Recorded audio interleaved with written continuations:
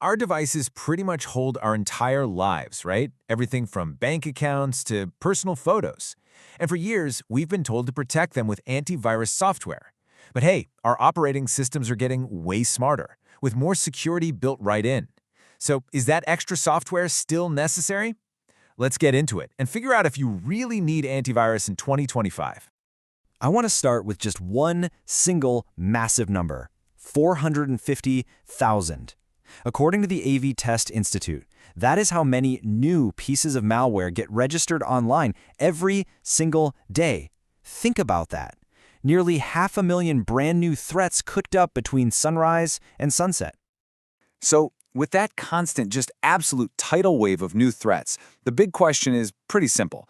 Can the protection that came with your computer or your phone, like Windows Defender or Apple's XProtect, can it actually keep up with all that? Is it strong enough? Okay, so the short, simple answer is yeah. Yeah, most people probably do still need it. But the real answer, well, it's a bit more complicated than that. It really depends on what device you're using, and maybe even more importantly, how you're using it. First off, let's just be super clear about what we mean when we say antivirus today. We're not just talking about those old-school computer viruses anymore. Modern security software is a full-blown defense system against a whole universe of malware. We're talking ransomware that holds your files hostage, spyware that secretly logs your passwords, and phishing scams trying to trick you into emptying your bank account. So, with all those different kinds of threats floating around out there, we land right at the heart of the debate. Can the security that comes pre-installed on your machine really handle all that, or is it time to call in a specialist? Look, on one hand, the built-in stuff like Windows Defender has gotten so much better. It really does offer a solid free baseline of security. But, on the other hand, when you look at the tests, dedicated third-party solutions just consistently do a better job.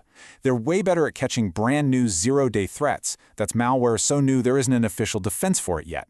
Plus, they often bundle in a ton of extra tools like advanced firewalls, password managers, or even a VPN. And what operating system you're on? That completely changes the conversation. I mean, just look at this chart of the main targets for ransomware.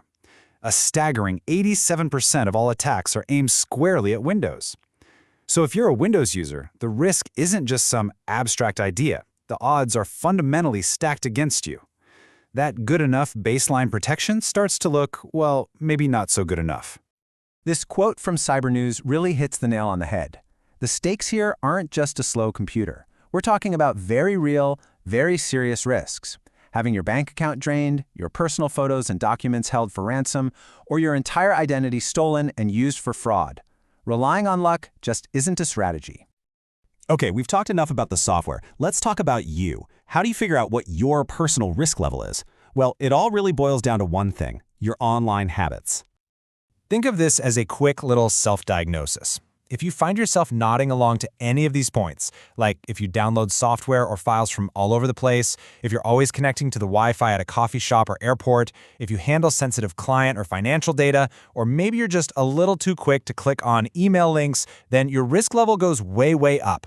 And in those cases, a really strong antivirus becomes pretty much essential. So if your habits put you in that higher risk group, you're probably thinking, okay, I need that extra layer of protection. But what are your options? Let's clear up some of the confusion around free versus paid software and where other tools, like VPNs, fit into all this. On the free side of things, you're getting basic malware protection, which is absolutely better than having nothing at all. But you have to remember, these companies need to make money somehow, right? So you'll often see ads and get these constant pop-ups trying to get you to upgrade. Paid options, on the other hand, are the whole shebang. They pack in advanced tools like firewalls, identity theft monitoring, parental controls, and they'll often cover all of your family's devices under one single plan. And what about a VPN? This is a really common point of confusion, so let's make this crystal clear. They do completely different jobs. A VPN is for your privacy. It encrypts your internet connection and hides what you're doing from prying eyes. An antivirus is for your device's security. It finds and removes malicious files that are on your machine. They're both important tools, and honestly, they work best when you use them together. Okay, we've looked at the sheer scale of the threat, we've compared the different tools, and we've assessed your personal risk. So after all that, what's the final verdict? Where do we land? Let's just boil this all down. First up, Yes, for most of us, especially if you're on Windows or Android, antivirus software is still a necessity. Second, while that built-in protection is a great start, it often falls short against the really sophisticated attacks. Third, you've got to be honest with yourself about your own habits. They are the biggest variable in your entire security equation. And finally, remember, antivirus protects your device, a VPN protects your online privacy. They're partners, not replacements for each other. So I'll leave you with this one last thought. In a world where there are almost 500,000 new digital threats created every day, and where the consequences of just one attack can be absolutely devastating, you have to ask yourself a very serious question. Is the good enough protection that came with your device really good enough for you? The answer to that question tells you everything you need to know.